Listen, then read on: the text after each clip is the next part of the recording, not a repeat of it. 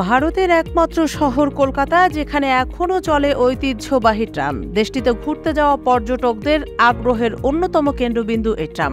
তবে প্রায় ১৫০ বছরের এই ঐতিহ্য শেষ হতে চলেছে। বন্ধ হচ্ছে কলকাতার জনপ্রিয় ট্রাম।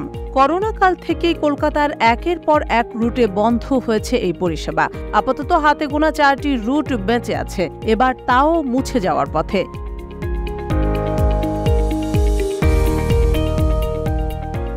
১৮৭৩ সালে কলকাতায় প্রথম ট্রাম চালু হয়। দূষণমুক্ত ও নিরাপদ পরিবহন হিসেবে এটি একসময় ছিল কলকাতার লাইফলাইন।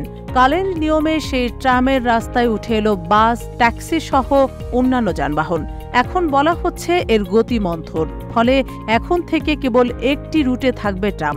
এমনটাই জানিয়ে দিয়েছেন পশ্চিমবঙ্গের পরিবহন মন্ত্রী স্নেহাশিস চক্রবর্তী। যানজট এবং দুর্ঘটনা এড়াতেই ট্রাম পরিষেবা তুলে দেওয়ার সিদ্ধান্ত নেওয়া হয়েছে বলে জানিয়েছেন রাজ্যের পরিবহন মন্ত্রী স্নেহাশিস চক্রবর্তী। তিনি বলেছেন, এসপ্ল্যানেড থেকে ময়দান পর্যন্ত হেরিটেজ আকারে একটি সুসজ্জিত ট্রাম থাকবে। যারা কলকাতায় আসবেন তারা তাতে চড়বেন। হাইকোর্টে একটি জনস্বার্থ মামলা চলছে। কোর্টও জানতে চেয়েছে আমাদের সিদ্ধান্ত, তা আমরা জানাবো। জয়রাইড বাদ দিয়ে বাকি কোনো রুটে ট্রাম চলবে না, লাইনও তুলে ফেলবো। রাস্তা বাড়েনি কিন্তু গাড়ি বেড়েছে, তাই যানজট হচ্ছে।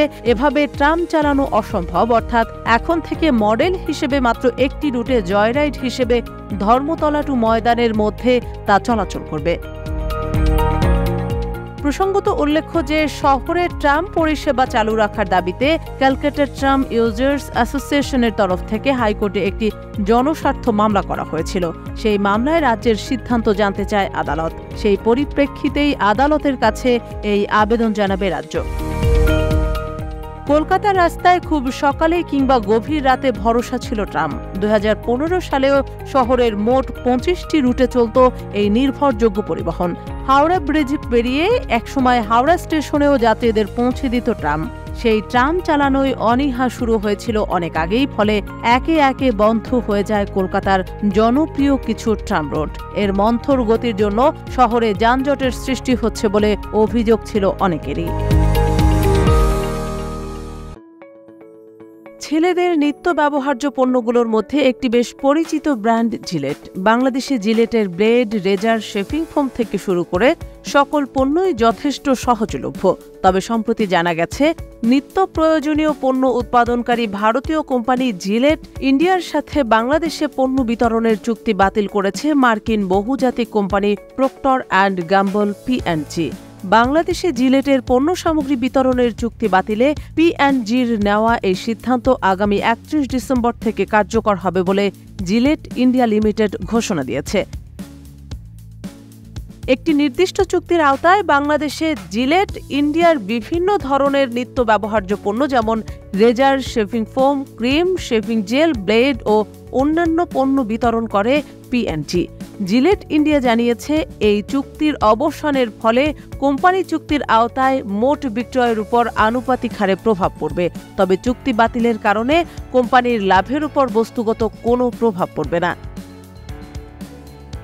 এক বিবৃতিতে জিলেট ইন্ডিয়া জানিয়েছে, বিতরণ চুক্তির আওতায় ২০২৩-২৪ অর্থ বছরে বাংলাদেশে জিলেট ইন্ডিয়ার পণ্যের বিক্রির পরিমাণ কোম্পানির মোট বিক্রয়ের প্রায় ২%। কোম্পানিটির আয়ের ২% উৎস বাংলাদেশ হওয়া সত্ত্বেও জিলেট ইন্ডিয়ার সাথে মার্কিন বহুজাতিক কোম্পানি P&G'র বাংলাদেশি বিতরণ চুক্তি বাতিলের মূল কারণ কি সেটি জানা যায়নি। এমনকি দুই কোম্পানির পক্ষ থেকেও এই বিষয়ে কোনো তথ্য এখনো সামনে আসেনি। উল্লেখ্য যে বাংলাদেশের সাম্প্রতিক রাজনৈতিক অস্থিরতা ভারতীয় ইমামি লিমিটেড, মেরিকো লিমিটেড এবং পিডিলাইট ইন্ডাস্ট্রিজ লিমিটেড সহ অন্যান্য কোম্পানির বাংলাদেশে ব্যবসার উপর যখন ছায়া ফেলছে, ঠিক তখনই জিলেট ইন্ডিয়ার সাথে P&G'র চুক্তি বাতিলের এই ঘটনা ঘটে। ২০২৪ অর্থ বছরে ভারতীয় কোম্পানি মেরিকো লিমিটেডের মোট ব্যবসার প্রায় ১১% হয়েছে বাংলাদেশে। একই সময়ে ইমামি লিমিটেডের মোট রাজস্বের প্রায় ৬% এসেছে বাংলাদেশে কোম্পানিটির বিক্রি করা বিভিন্ন পণ্য থেকে। এছাড়া ভারতীয় Pidilite industries, Jubilant FoodWorks limited, Asian Paints limited এবং গোদরেজ কনজিউমার প্রোডাক্টস লিমিটেডের মতো অন্যান্য কোম্পানিরও বাংলাদেশে ব্যবসায়িক কার্যক্রম রয়েছে।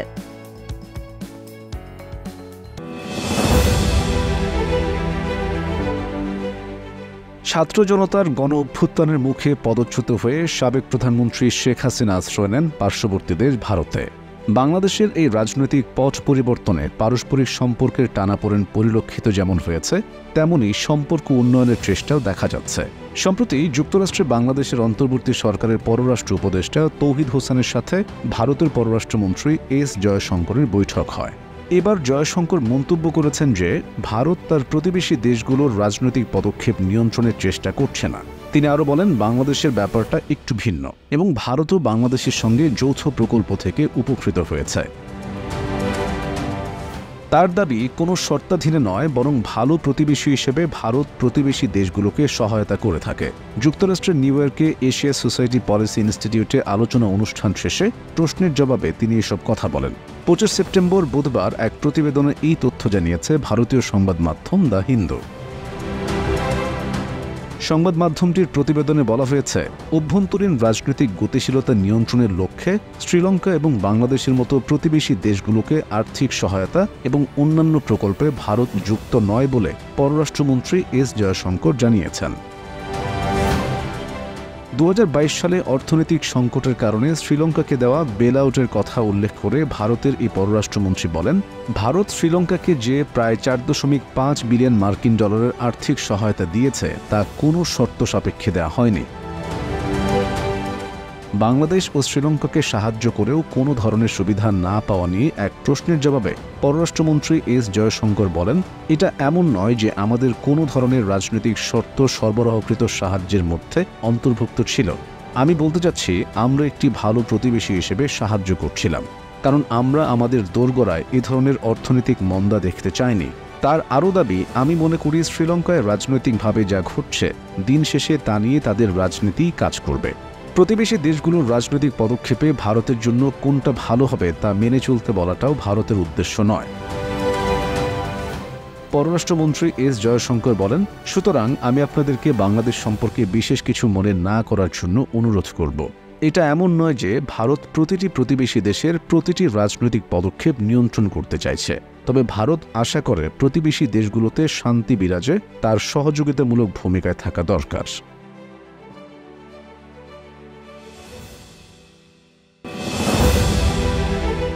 মধ্যপ্রাচ্যের বর্তমান পরিস্থিতি বেশ উত্তপ্ত।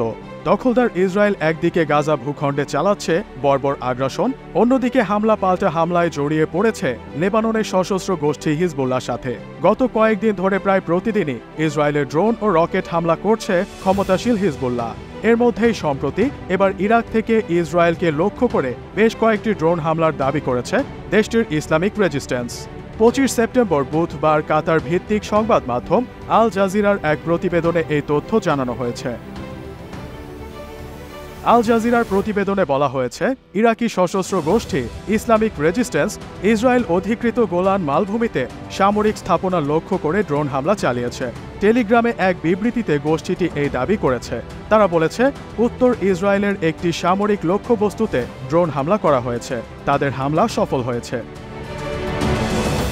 তবে ইসরায়েলের সামরিক বাহিনী এই ব্যাপারে কোনো বিবৃতি দেয়নি। দেশটির সংবাদ মাধ্যম টাইমস অফ ইসরায়েল জানিয়েছে, অঞ্চলটিতে সাইরেনের শব্দ শোনা গেছে। বাইরের কোনো আক্রমণ হলে এমনটি করা হয়। সেই সঙ্গে আকাশ প্রতিরক্ষা ব্যবস্থাও সক্রিয় করা হয়, কিন্তু সংবাদ মাধ্যমটি কোনো হতাহতের খবর জানাতে পারেনি।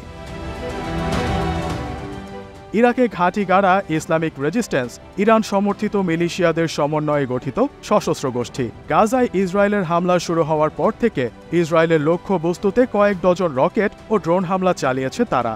সেই সঙ্গে ইরাক ও সিরিয়ার মার্কিন বাহিনীকে লক্ষ্য করেও মাঝে মধ্যে হামলার খবর আসে।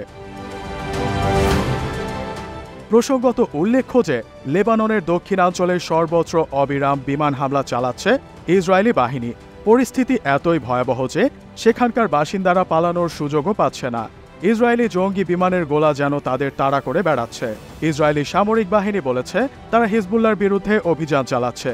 বেসামরিক নাগরিক তাদের লক্ষ্যবস্তু নয়।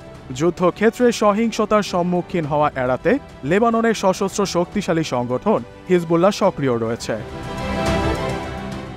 ইসরায়েল হিজবুল্লাহর এই তুমুল সংঘর্ষে হিজবুল্লাহ সমর্থনে এবং লেবাননে বর্বর ইসরায়েলের পেজার ও ওয়াকিটকি সিরিজ বিস্ফোরণের প্রতিবাদে নেতানিয়াহুর বাহিনীর বিরুদ্ধে সক্রিয় হয়েছে ইরাক।